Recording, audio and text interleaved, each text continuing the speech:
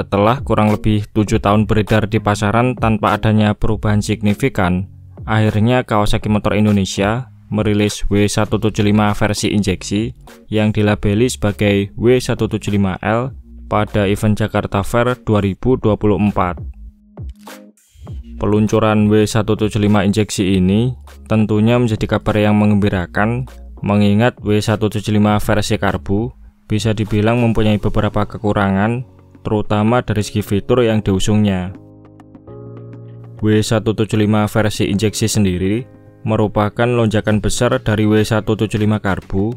Pasalnya, Kawasaki tidak semata-mata hanya merubah sistem pengkabutannya saja, namun ada beberapa detail perubahan lain yang membuatnya semakin keren dan layak untuk dibeli.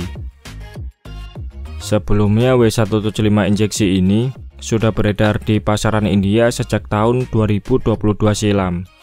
Dan unit dari Kawasaki W175L yang diboyong ke Indonesia ini kabarnya memang didatangkan secara CPU dari India. Secara basic, kubikasi mesinnya masih serupa seperti versi karbu, yaitu 177cc SUHJ 2 klep berpendingin udara 5 speed dengan sistem pengkabutan full injection, sehingga tidak perlu lagi repot ngecuk saat menyalakan motor di pagi hari, maupun tidak perlu otak-atik karburator ketika motor susah hidup.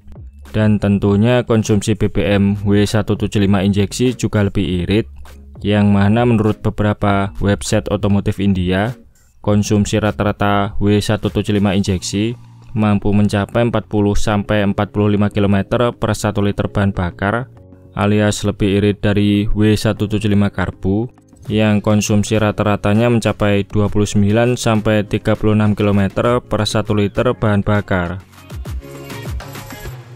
Berdasarkan website resmi Kawasaki India, mesin W175 injeksi diklaim mampu menghasilkan tenaga 13,1 horsepower dan torsi 13,2 Nm.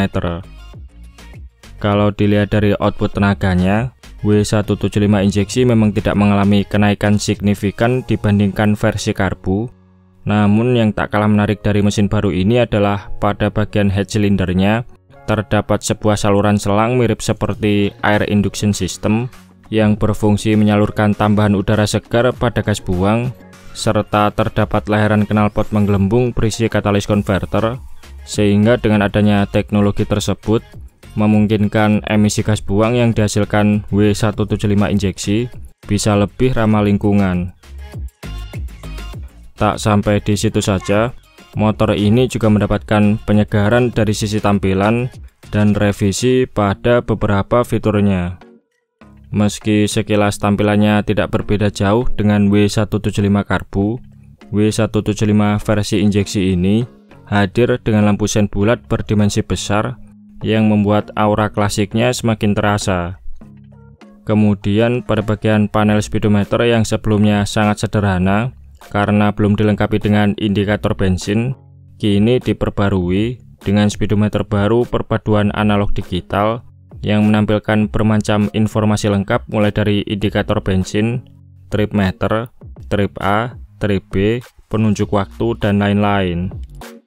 Fitur yang sebelumnya tidak ada pada W175 karbu, yaitu bel belakang tinggi berikut standar tengah, juga ditambahkan pada W175 injeksi, sehingga pengguna semakin dimudahkan, serta tidak perlu lagi merogoh kocek tambahan untuk membeli standar tengah aftermarket.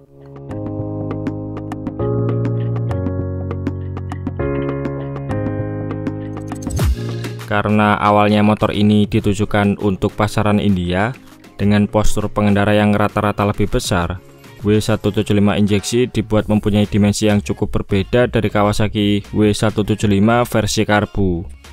Hal tersebut bisa dilihat pada bagian tangki yang dibentuk melebar, yang memang sengaja dibuat untuk menyesuaikan komponen full pump. Kemudian sasis belakangnya dibuat agak panjang, berikut penggunaan jok dan swing arm lebih panjang, di mana menurut Kawasaki, dimensi W175 injeksi ini lebih panjang sekitar 4,5 cm dan bobotnya lebih berat 9 kg dari W175 versi karbu. Oleh sebab itu, Kawasaki Indonesia melabeli W175 injeksi dengan kode belakang L yang merupakan kepanjangan dari long sesuai dengan ciri khas bodi panjang yang diusungnya. Perubahan dimensi ini dikombinasikan dengan penggunaan velg jari-jari ukuran lebih lebar, berikut profil ban agak gambot, serta desain spakbor baru yang membuat fitment rodanya menjadi lebih padat. Selain itu, pada bagian pengereman depan, W175 injeksi mendapatkan diameter cakram lebih lebar, disertai kaliper pengereman by Bre 2 piston, berikut penyematan teknologi ABS, yang bisa dilihat dari adanya speed sensor pada cakram depan.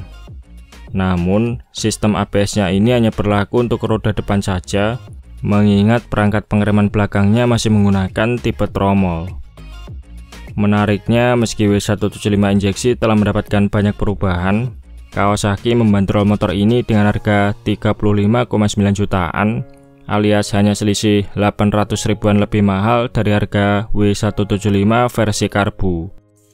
Dengan selisih harga yang tak terpaut jauh ini, saya rasa W175 injeksi ini jauh lebih worth it untuk dibeli, mengingat secara keseluruhan proporsi desain W175 injeksi terlihat lebih pas, dan kalaupun dibandingkan dari segi fiturnya, motor ini juga jauh lebih komplit ketimbang W175 versi karburator.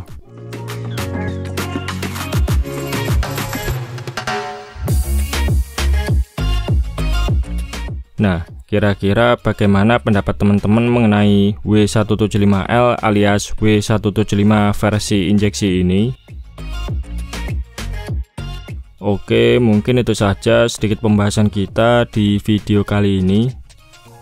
Terima kasih sudah menonton. Sampai jumpa di video-video Bang Rossi selanjutnya.